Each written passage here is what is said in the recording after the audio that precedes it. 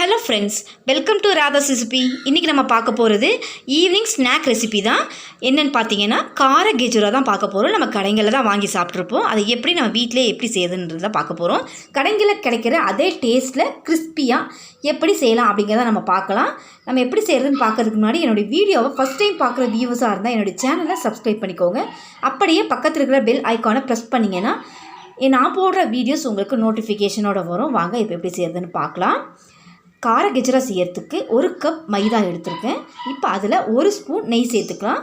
இப்போ இதுக்கு தேவையான அளவுக்கு உப்பையும் சேர்த்து முதல்ல இந்த நெய் உப்பு இந்த மாவோடு நல்லா பிசைஞ்சு எடுத்துக்கலாம். இப்போ இதில் கொஞ்சம் கொஞ்சமாக தண்ணியை சேர்த்து சப்பாத்தி மாவு பதத்துக்கு பிசைஞ்சு எடுத்துக்கலாம். இந்த மைதா மாவோட அளவு நான் இன்றைக்கி சேர்த்துருக்கிறது 120 கிராம் சேர்த்துருக்கேன். நீங்கள் இதோட அதிகமாக செய்கிறதா இருந்தால் நெய்யவும் உப்பையும் அதுக்கேற்ற மாதிரி சேர்த்து நல்லா பிசைஞ்சு எடுத்துக்கோங்க. இப்போ இதை நல்லா பிசைஞ்சு எடுத்தாச்சு. சின்ன சின்ன உருண்டைகளை முதல்ல பிடிச்சி எடுத்துருவோம்.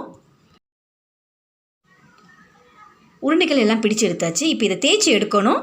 தேய்ச்சி எடுக்கிறதுக்காக ஃபோக் ஸ்பூன் ஒன்று எடுத்துக்கோங்க. ஃபோக் ஸ்பூன் எடுத்துகிட்டு இந்த உருண்டைகள் எடுத்து இது மேலே நல்லா ப்ரெஸ் பண்ணணும். இந்த மாதிரி ப்ரெஸ் பண்ணி எடுத்துக்கோங்க. நான் இன்னொன்று உங்களுக்காக செஞ்சு காட்டுறேன். இந்த மாதிரி லேசாக அழுத்தம் கொடுத்துக்கோங்க. ரொம்ப அழுத்தம் கொடுக்க வேண்டாம். இந்த மாதிரி எடுத்துக்கலாம். எல்லாத்தையும் இந்த மாதிரி செஞ்சு எடுத்துருவோம்.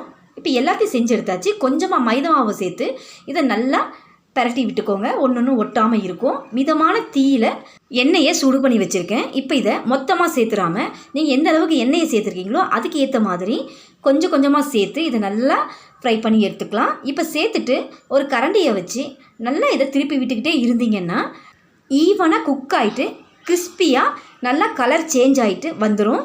பபுள்ஸ் எல்லாம் அடங்கி வந்ததுன்னா இது நல்லா ஃப்ரை ஆயிடுச்சுன்னு அர்த்தம். இப்போ பபுள்ஸ் எல்லாம் நல்லா அடங்கி வந்துடுச்சு.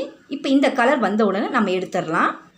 இப்போ இது எல்லாத்தையும் எடுத்துகிட்டு மீதமுள்ள மாவையும் தேய்ச்சி வச்சுருக்கோம்.